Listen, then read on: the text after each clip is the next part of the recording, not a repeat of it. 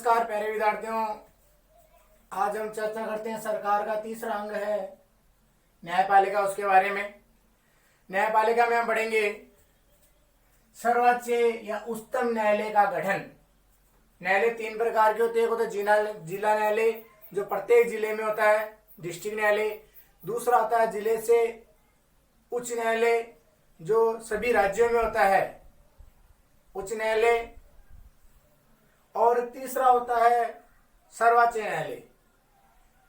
जो जिला न्यायालय से संतुष्ट नहीं होता है वो अपनी अपील उच्च न्यायालय में करता है, और जो उच्च न्यायालय से संतुष्ट नहीं होता है वो उच्चतम न्यायालय यानी सर्वोच्च न्यायालय में अपनी अपील करता है। न्याय लेने के लिए, किसी भी अपराध के मामले में न्याय लेने के लिए सर्वोच्च न्यायालय में जो अंतिम है वो है सर्वोच्च न्यायालय।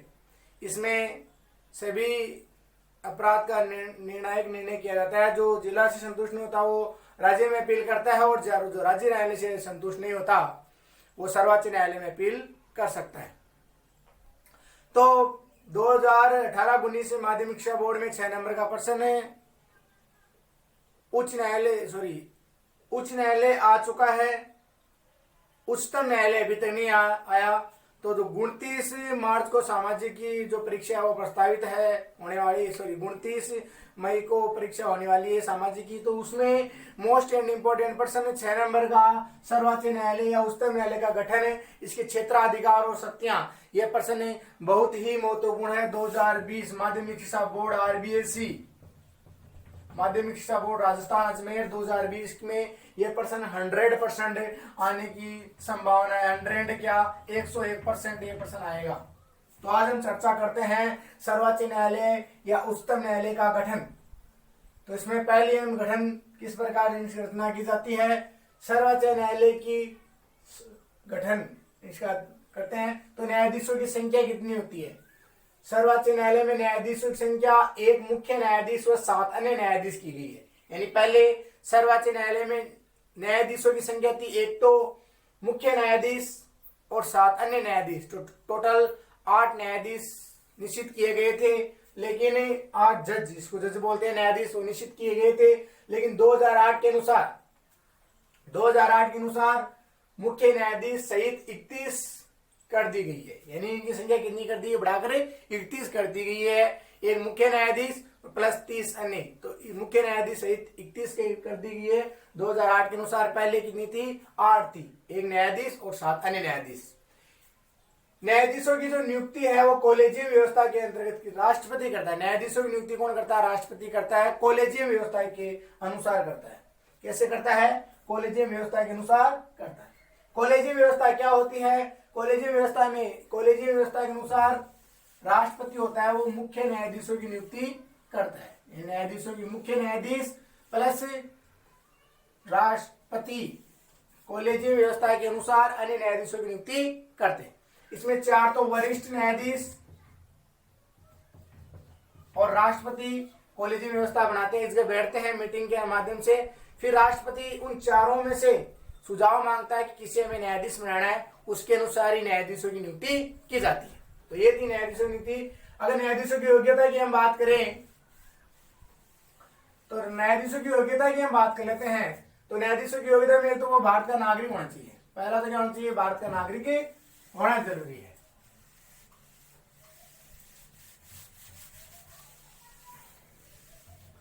पहला वो भारत का नागरिक होना जरूरी है।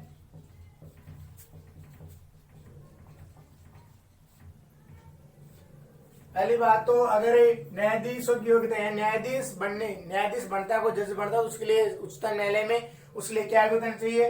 पहले तो होना चाहिए वो भारत का नागरिक होना चाहिए। दूसरा, वो लगातार 2 न्यायालयों में यानी उच्चतम, वह व्यक्ति जो सर्वोच्च न्यायालय का न्यायाधीश बनना चाहता है वो उच्च न्यायालय में, उच्चतम क्या? उच्च न्यायालय में जो राज्य में होता है, उच्च न्यायालय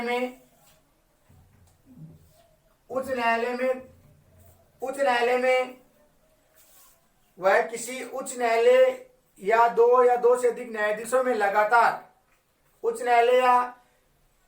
किसी उच्च न्यायालय या 2 से अधिक न्यायालयों में लगातार कम से कम 5 वर्ष तक कार्य कर चुका हो न्यायाधीश के रूप में। दो या दो से अधिक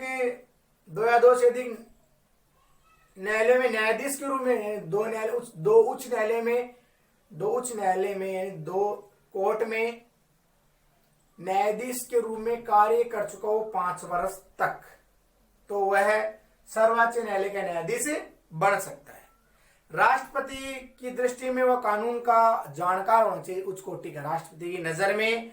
और किसी उच्च न्यायालय में अधिवक्ता रह चुका हो, अधिवक्ता मतलब 10 वर्ष तक अधिवक्ता रह चुका हो, वकील रह चुका हो, तो वह सर्वोच्च न्यायालय का न्यायाधीश बन सकता है। तो सर्वोच्च न्यायाधीश के लिए क्या योग्यता है? एक तो भारत का नागरिक होना चाहिए, और उच्च न्यायालय में कम से कम 5 वर्ष तक न्यायाधीश के रूप में कार्य कर चुका हो, और या अधिवक्ता के रूप में कार्य कर चुका हो, या राष्ट्रपति की दृष्टि में कानून का जानकार होना चाहिए, तभी वो सर्वोच्च न्यायालय का न्यायाधीश बन सकता है, अन्यथा नहीं बन सकता। तीसरी में बात करते हैं कार्यपालिका तथा महाभियोग। अगर हटाया जाए महाभियोग, ऐसे तो जो न्यायाधीश है, सर्वोच्च न्यायालय का न्यायाधीश है, तो 65 वर्ष तक अपने पद पर बना रह सकता है, यानी 65 वर्ष तक जज बना रह सकता है। लेकिन या तो अपना 65 वर्ष से पहले अपने स्वयं त्याग पत्र दे सकता है, मानो किसी कारणवश शिशु बीमार हो जाए तो अपना स्वयं त्याग पत्र दे सकता है 65 वर्ष से पहले, नहीं तो 65 वर्ष की उम्र तक न्यायाधीश के रूप में कार्य कर सकता है, या बीमार वगैरह जो कोई कारण हो जाए तो समय से पहले त्याग पत्र दे सकता है। या संसद को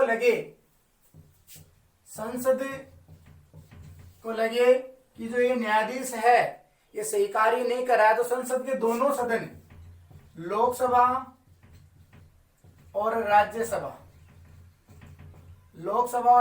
के 2/3 सदस्य